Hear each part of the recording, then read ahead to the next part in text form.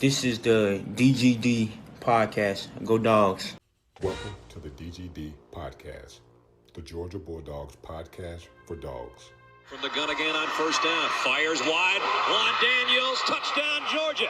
This is your favorite receiver, Juan Daniels, and you're listening to the DGD podcast with my man, Robert Reynolds. Go Dogs. Welcome to the DGD podcast. Guys, the chain is out. Branson Robinson commits to the Dogs. First things first, a lot to talk about, but I want to welcome on Georgia great Chris Burnette.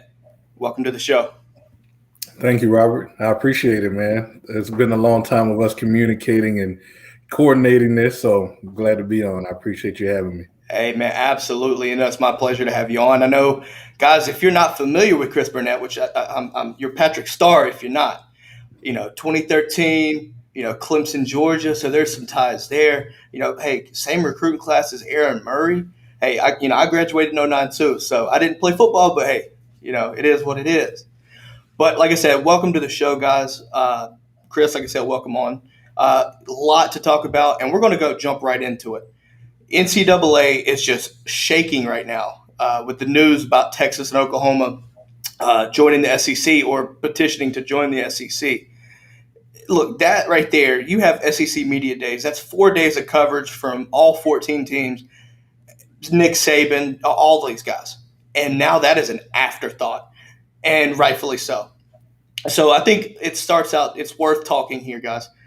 Chris, I want your opinion on the news. What were you thinking as you heard this? Yeah. I was actually at the airport when I saw the news on Twitter, and I was shocked. I thought it was a joke at first. Like, there's no way that Texas and Oklahoma would even be, one, considering this, but two, that it would be this close to the finish line at this point, and there hadn't been any rumblings up until this point. Because I guess if this does kind of come to fruition, it'd have to be one of the greatest kept secrets in college football history, that there was no leakage, there was no conversations about this, because to my understanding, I think they even inquired last year, at the end of last year. But it's going to shift not only the balance of power within the SEC, obviously within the West and the Eastern conferences, or however else they try to shake things out with the divisions, but really just college football in general. It would make it very difficult, especially with Oklahoma, for there to not be, if not one, at least potentially two SEC teams within, the college football playoff at the end of the year now. It's kind of crazy to think about. Man, I agree with you. That it shook me. And it honestly, I don't care what anybody says. I'm under the impact that that's the hottest take or the hottest kept secret, period. Just because of the ramifications of where we are right now in a state of college football. You look at NIL, all types of things going on around, the world of sports. And then to think that the SEC, which in my opinion is the strongest conference, at least for football purposes. Strongest conference is, in my opinion, without a doubt. Top to bottom, there's some questions at the bottom, but nonetheless, when you have the likes of Alabama, Georgia, Auburn, Florida, LSU, to think about possibly, or I think honestly it's not even a possible, I think it's happening. Adding a Texas and Oklahoma, it's just mind-boggling, and obviously you're starting to see people running around and their minds going crazy with ideas, possibilities, what ifs, which is really what we're about to be doing. Yeah. I was watching the media days and it broke, and one of the key things for me was when Sankey mentioned the two words that everybody understands, that you knew exactly what was going on, no comment. As soon as you heard that, you knew there was a legitimate smoke right there. Yeah. So now that things are just going so fast, it's mind-boggling what's going on, and just the possibilities are endless. But I'm also nervous. I'm very happy to have those two in there if it happens. But I'm also nervous what it's going to mean for college football. Because you have you would have 16 teams in the SEC if nobody is kicked out, which I don't foresee that happening. Right. There's always a possibility that some teams may bounce or whatever. A&M, sorry. They're not happy about it. But no, I think, you look at teams like bottom teams, how does that impact them? Things like there's so many questions. Yeah, As a former Georgia player, you also went through the expansion when in 2012 with A&M and Missouri. that's So I right. want to hear you. I want to hear your thoughts as a player. Adding those two teams to the SEC, did it change your preparation? Did it change anything in your mentality to how to go about your business? Yeah, I mean, I will say it probably changed preparation a little bit more than anything, but it was a very interesting time because you think about the SEC and what it stands for, Southeastern Conference. That's no longer the Eastern Conference. If you're adding in Missouri, Oklahoma, Texas A&M, Texas, etc. So I think initially it just was something to chuckle about because you're like, man, that doesn't really add to the logic here. But when it does come to just preparing and playing in these games and the shifts that come to the divisions within the conference, I think it was interesting because in 2012, typically you're usually accustomed and prepared for the team you're getting ready to play. Like you're familiar with the coordinators that they have. You're familiar with the players that they not only have as starters, but who's kind of up in the ranks and is planning to come.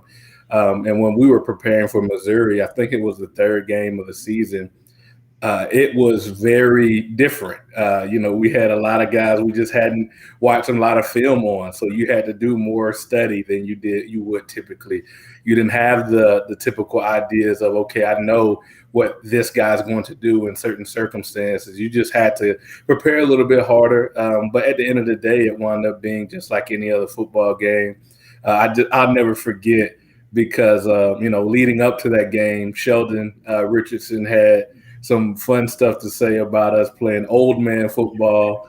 And he was actually the three technique lined up against me the entire game. So I knew I had, a lot of weight on my shoulders that if I didn't play well and proved him right in their inception to the SEC, it would be a bad look. So thankfully, we were able to get the win. Thankfully, Sheldon didn't make too many plays. I've known him since we were in high school, so it was good to kind of get that W. But it'll be interesting to see how the players, in the upcoming season or whenever the actual adjustment officially happens, are able to prepare and adjust because it's definitely a significant one when it comes to preparation. Oh, yeah, no, without a doubt. Looking at, back in 2012, I always question the alignment here, which we'll talk about in just a minute. So, you bring in A&M and Missouri, but you put Missouri in the East, and it's actually the farthest team outside of A&M to the West. Right. I've always wondered why wouldn't they move Auburn, to the East because it's right at Georgia, and to keep Missouri in the West. Which, like I said, we'll talk more about this in just a second. But now you add Texas and Oklahoma into the fold, and there's no question about it. You're going to have to do some geographic shuffling. There's no question about it. Yeah, whether you keep the East, whether you keep the the East and West, or you could. I've seen things where you maybe do a North South. Kind of finagle it around there, or do the pods that I saw on the SEC network a little bit. There's so many questions about it, but I think it's if you add these two teams, for one, if you bring in the situation where you have, maybe like one of my instances here, take Alabama, take Auburn, move them to the East, Missouri goes to the West, and then bring in the two, Oklahoma, Texas, put them in the West. That's a possibility. I think it's pretty smooth. But then you have to sit here and look, people start to wonder, like, you have Bama and you have Georgia in the same, division. Right. My take on that is, okay, so you had LSU and Bama in 2011, 2012, and those were the two best teams by far. That's a year, those are teams that are historically elite teams, and add in Auburn when they're hot, so the West has been typically the powerhouse. It can happen, but that's what happens when you have this many elite programs in a conference. There's no way to sit here and try to balance it out. It's going to happen. It's just something's going to have to give. So whatever way they set it up, I can't wait to see what they do. Obviously, we're talking here as if this is going to be official. I think it will be. Yeah, same. And I mean, it's a good problem to have, to be honest. It means there's going to be more and more marquee matchups week in and week out that people are excited to see. And pay attention to. So regardless of how they shake it out, whether there's one super powerhouse, division, or there's one that's a little bit more even keeled and one that's a little weaker, or if they're able to split it in a way that they're, half and half pretty strong. Either way, it's going to provide a lot of dialogue, a lot of intrigue, and I think the fans will get their money's worth, no matter how it shakes out. Oh, absolutely. And honestly, I know you want to keep, SEC is about tradition. That's right. You've played in these games before. You've played against Auburn. You've played against Florida, right? You're not going to see those games go away. That's right. With the current setup, you hear about the permanent crossover. Obviously, you play each division team, one permanent crossover, and then another one crossover, but that's not permanent. Right. I think I think you're going to have to move to non-conference games. I agree. With that being said, though, I think it's okay to keep a permanent crossover because, you sit here, you're going to have to create some new ones, right? But some of these ones, right? Some of these old ones are now, you split the gap. For instance, like I said, we're using my model. If Bama and Auburn go to the East, there is no, Auburn, Georgia, right? No permanent crossover. So that opens things up. That opens up new stuff. That's right. But then you take away another rivalry with Bama LSU. Right. So it's going to switch things up, and looking at that tradition, I believe that is something that I would love to see kept. I love these kind of games, right? LSU Bama is always fun to watch. Must see TV. Yeah. Georgia and Auburn, same way. There's always good games coming out of this, But now you start to look at where college football is now. Bama and Tennessee, that's your permanent crossover. Time to kind of switch that around, until things can get even back out if it does. Yeah. But but then if you add in Texas A&M or Texas and Oklahoma, the possibility to add these permanent crossovers and make honestly potential playoff games or playoff caliber feel, at least from an environment standpoint, there's so much money to be made, and honestly, that's the derivative here. It's all about the money. It's all about money. 100%. And honestly, as things shift, as the NIL is activated, as some of these seismic changes to conferences change and happen, it just seems inevitable that there may be potential for more games to be added to the season. Honestly, you think about what we're talking about of, like, how do we make it fit? How do we get everybody to play the teams within their division, still have the rotating game to where the schedule doesn't become stale, still have kind of your major kickoff games that you may want to have at the beginning of the year, along with any additional out-of-conference rivalries that you need to have, like a Tech or even a Clemson. It makes it more and more likely that, the NCAA or whoever is in charge now, I feel like I don't even have a clue, is able to expand a little bit on the number of games. And they could justify it a little bit because they're like, hey, the guys are actually making a little bit of money now. They get a little bit more of the piece of the pie. So, they can start making some more additional demands. You never know. That's something I was wondering about there too. Obviously where it stands now, the potential for, I don't think it's even a potential about this. I think it's going to happen. It's inevitable. The playoff expand into 12. Looking at that right there, obviously, I think to your point, that's your extra games. But if you take your regular season and you sit there, I think for SEC purposes, you have to take away. Let's just say that Oklahoma and Texas are in this hypothetically. You have to take away a non-conference game and now add your conference game, which is us talking about the non-conference games. Yeah. So you keep the regular season, but then you add the extra games for the playoffs for those teams that make it, conference championships, whatever. So you sit there, and talking about expansion. Right. A lot of people, I saw a lot of people, and I've had conversations with, people were wondering why would Oklahoma want to join the SEC when Oklahoma's won six straight Big 12 titles, and basically almost guaranteeing them a shot at the playoffs, every year. Yeah. Why would they want to do that? And I tell people, it's like with the playoffs expanding to 12, because it's going to happen. When that expansion happens, there's no reason for them not to join the SEC. The revenue splits are going to be insane. And like I said, it's all about the money. You hear Texas, the Longhorn Network, people talking about, just this is the common things that you hear. The Longhorn Network, what's going to happen? Guys, it's ran by ESPN, which also airs SEC and the network. They don't need the Longhorn Network if they join the SEC. So Right. they can get rid of that. It's going to be on ESPN anyway. So Yeah. you see these things right here, and you see the arguments, you see the debate, because it's caught everybody off guard. Going back to the beginning, best kept secret. It caught everybody off guard, and now everybody is in a freaking frenzy. And that's what's going to happen. Yeah. But I want to talk about playoffs here. I want to talk Yeah. about playoffs. You sit here and look, SEC, I'm going to have a little bit of bias here. Look, we're the best conference, and there's a reason for this. But when you expand to 12, you start to hear these other conferences talking about, look, the SEC, this is going to open up the SEC, or, you're going to lose your shot. I don't see that at all. I see 3, maybe even 4, especially when these two guys are added, if they join. Yeah. You could possibly see a 4 SEC team playoff. Yeah, no, I mean, you're exactly right. It becomes more and more likely as things expand, as things evolve and grow. Everyone is pretty consistently on the same page when it comes to understanding. In football, the SEC is, the cream of the crop. Yes. There's some conferences that have really good teams. Obviously there's the Clemsons of the world. There's the Notre Dames who typically look good until it's time to face some top tier competition, who are always, in the conversation.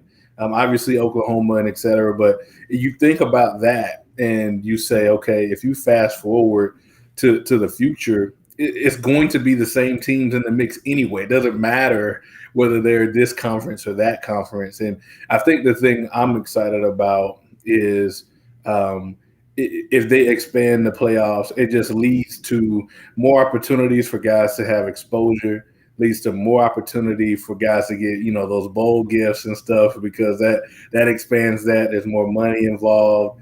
And it's usually a win-win-win for everybody. Better facilities, better, coaches that you can bring in because you have more, money at the disposal. It's just always interesting to see how things change and evolve, because I usually like to see things stay the same. I'm not a huge proponent for change, especially for stuff that has a lot of tradition tied to it, like college football. But I think if you're making the changes that are for the better to the overall enjoyment of the sport, I'm all for it. I can't be against it at all. Yeah, no, I hope that whatever changes are made here, moving forward are. I don't know if they really are. I always feel like the powers that be kind of have their best interests. It feels like at times, and I can see that argument. I really just hope that whatever comes of this really benefits college football. Expanded to 12. Let's just be honest here. I'm sure you heard this. Dabo's comment about 12 teams. The expansion, things like that. My thing is this: you sit here.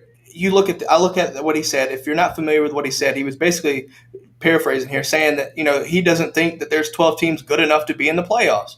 My thing is this: I know it's a little bit of a far-fetched stretch here, maybe, but I look at the NCAA March Madness tournament, 64 teams. To tell me that there's 64 teams not worthy of being a national title, I get it. Yeah, but that's the beauty of it. You sit here and you can take a Cinderella team and make a national title run, or make some noise and upset some feelings. That's right. That's the beauty of it. And honestly, you look at just FCS. FCS alone, they have their playoff system, and I haven't heard a problem about it. Yeah. So there's no reason. There's no reason why we can't have an expanded playoff and make it work. Yeah, so true. I mean, you're right. At the end of the day, they will make it work. I'm fully confident that they will.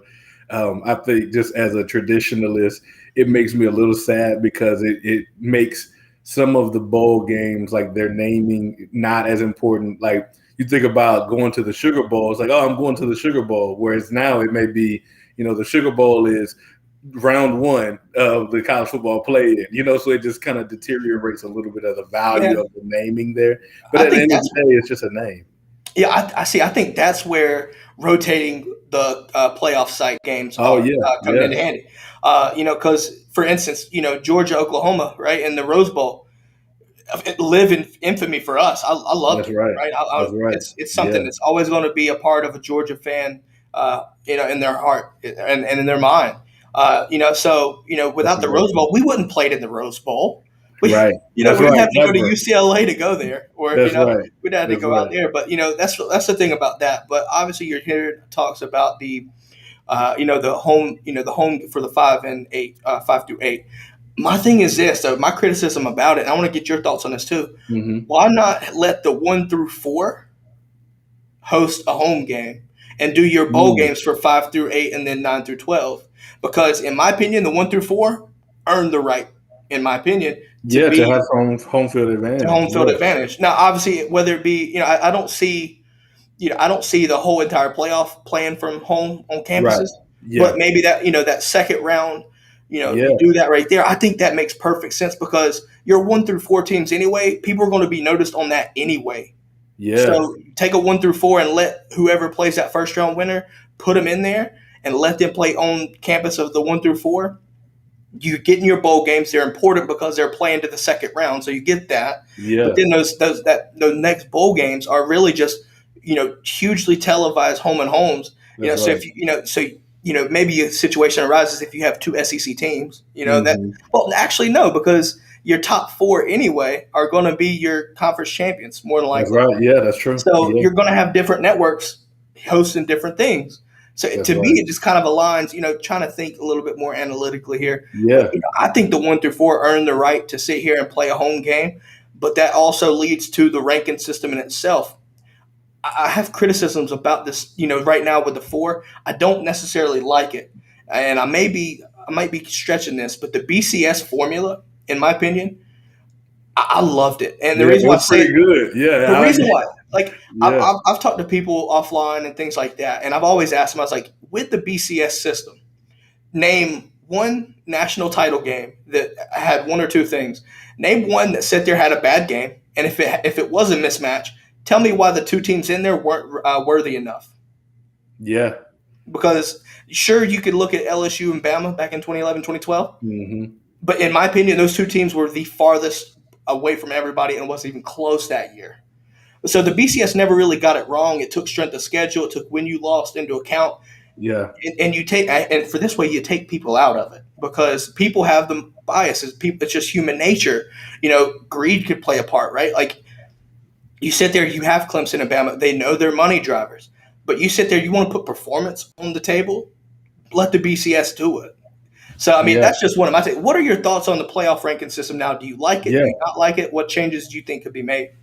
Yeah, well, one, I think they need to add you to the college football playoff committee because you definitely have some good ideas. I love the idea of if they expand to have there be some form of incentive for the top 4 teams to where they can have some home games. I think that adds just some beauty to it, some intrigue, but also it incentivizes those teams to being, those top 4 seeds. But also, I think the way that they kind of come to the conclusion of who the top 4 teams are now, it could use some work. I was a fan of the BCS system. I know the computers would get a bad rap, but like you said, they usually came up with the right answer. The only time I think I had some beef with it was I guess 2007 when Georgia had to play Hawaii Yeah. in the Yep. Sugar Bowl. That But was other than that, I can't really think of a time where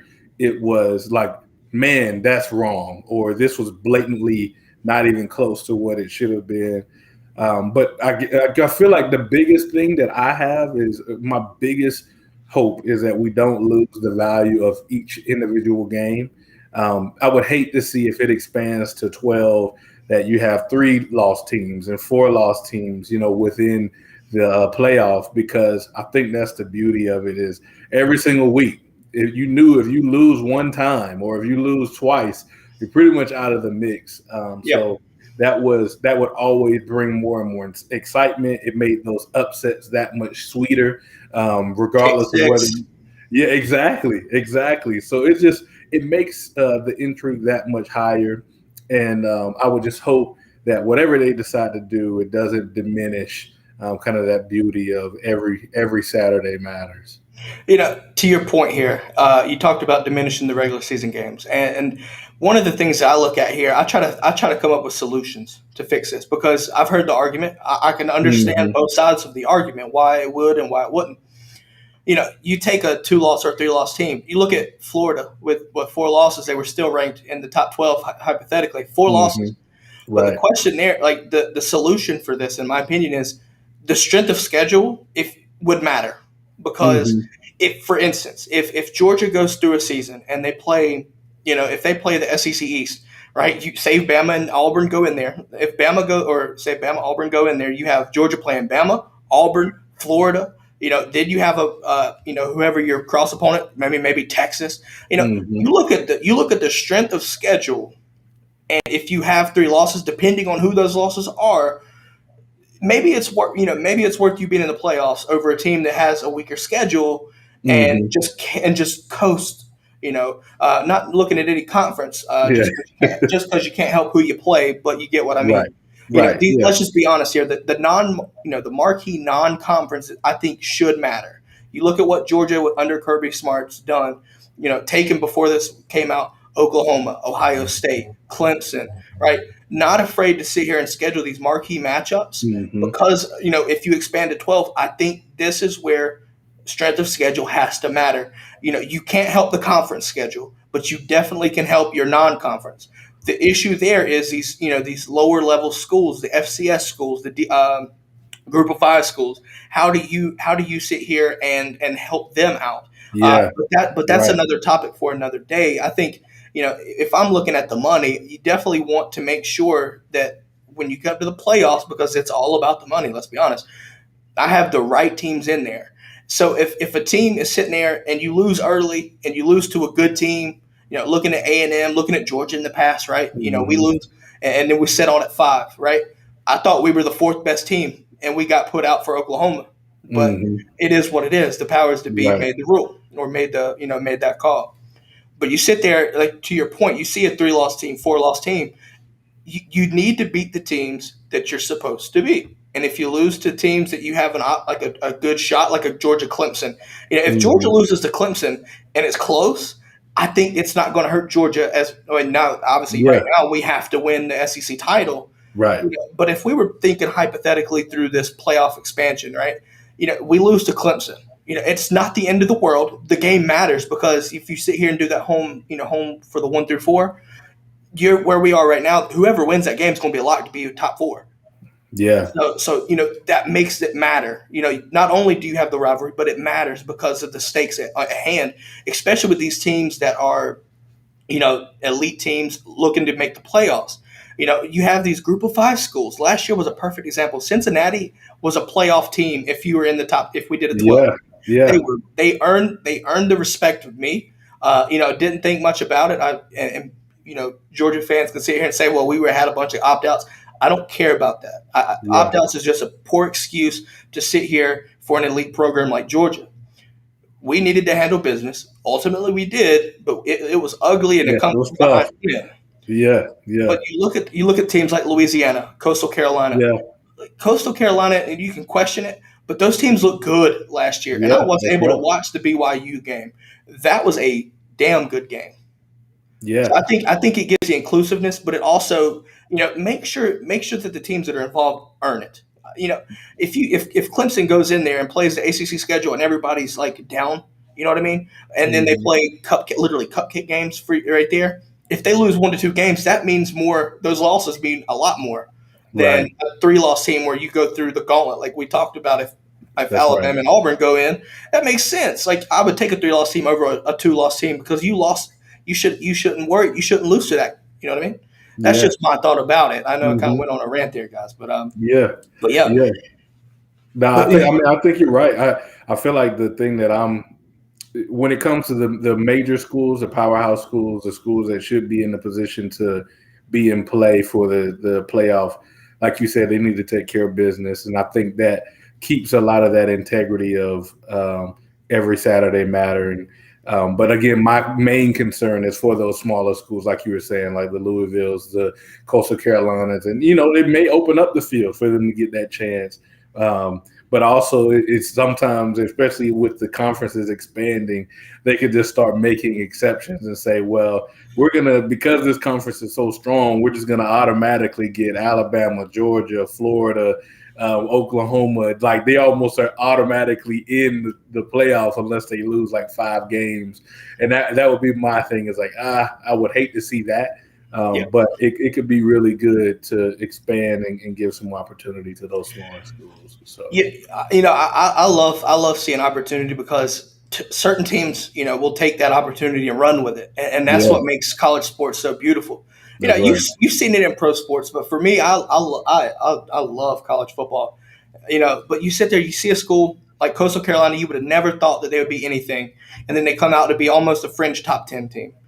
So kids take the opportunity and they run with it, and that's what I like about it. So, looking at this right here, right, like obviously Texas, Oklahoma is a huge topic right now, guys, if you're just tuning in. I have to look at it from this way too, from the top down, because you're going to have teams like Georgia, your Bama, Florida, Auburn, all these, Texas, Oklahoma, they're going to benefit from this, but do you see the power gap getting wider and making it worse?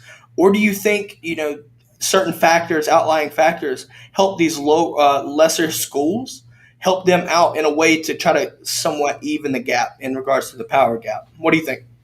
That's a great question because I feel like there's a solid invalid argument on both sides. You think about the improvement to facilities that guys have access to, their access to food, nutrition, coaching, not only from a physical standpoint, but even emotional and psychological coaching that you receive, ability to have access to, guys who are former pros and get their knowledge, et cetera. Like that clearly seems to weigh more to the side of those bigger powerhouse schools and the teams who are halves just kind of getting richer and richer. But then on the other end, you think about where we are in 2021 and how things work. Like we live in the information age. Any piece of information that's accessible to one person is typically available to another. You just have to know how to find it. And I think that can make it even more likely that those smaller schools may not have the same amount of facilities, equipment, access to be able to get access to that same information that normally would be kind of locked behind a paywall of prestige in the past. So you may learn, you could go on YouTube and find out what's the best foods for me to be eating for recovery. And another guy at another school, doesn't get kind of that cutting edge information because he's just trusting the facility he has. And there could be kind of that pull and tug in both directions. So I feel like there's a valid argument either way. I do think that, the larger your school, the more tradition there is, the more talent you're around, typically the better it is overall, because I do think when you're around better competition and better talent, you're just automatically going to get better if you're actually taking it seriously. So I do think there's probably more stones on that side of the scale for sure. But I feel like we're just in an interesting phase in the world where there's just less barriers to entry to being great, whether that be in football or the business world or really anything. So It's always interesting to see how that can play out across the board. Yeah, no, barriers to entry, I think, is a good word. Just from a business guy, it makes perfect sense. So you see here, for me, I looked at it this way. Initially, and I try to analyze things before I come and make takes, things like that. But Vanderbilt literally played 9 games last year, lost every single one, and they still got $60 million, guys. 60. Now, obviously, you want your conference to be, overall top to bottom stronger because I think from a national standpoint that makes you look better if you beat them. But to lose every single game that you played, still make $60 million. Not to say they're making a ton of upgrade renovations. If you heard about that. No, I hadn't heard that. If I'm not mistaken, they're doing some facilities upgrades. I want to say that. I need to confirm that, but I thought I heard something about that. Wow. But I mean, they need it. So I was going to say they probably need it. But you take schools, that are hard to win at, right? South Carolina is a perfect example for me. Shane Beamer, I think, has that culture. He's going to turn that culture around. But even Steve Spurrier had a hard time winning at South Carolina. It's just the nature of the beast because of where you are.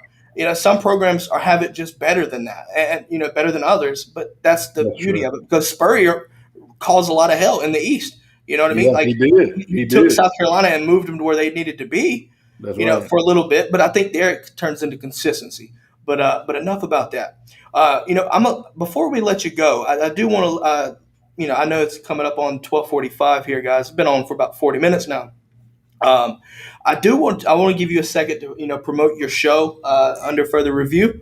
Yeah. Look, I love your show, man. I know y'all just talked about politics and sports. Yeah. So you got some touchy subjects that definitely worth listening for. I love debates. I love these kind of things.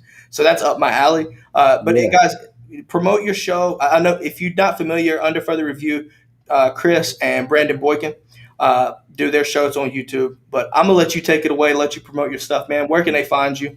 Yeah, I appreciate it. Yeah, it's like you said, you did a great job of kind of teeing that up for me. It's called Under Further Review. It's a podcast. It's a TV show. I feel like we're planning to even make some additional adjustments to it for season 2. But like you said, we can be found on YouTube. We can be found on Spotify, as well as Apple Podcasts, Google Podcasts, and really we try to hit on sports, culture, and all things in between. We're not staying within the small siloed box of college football or even Georgia football, but clearly we're going to talk about it.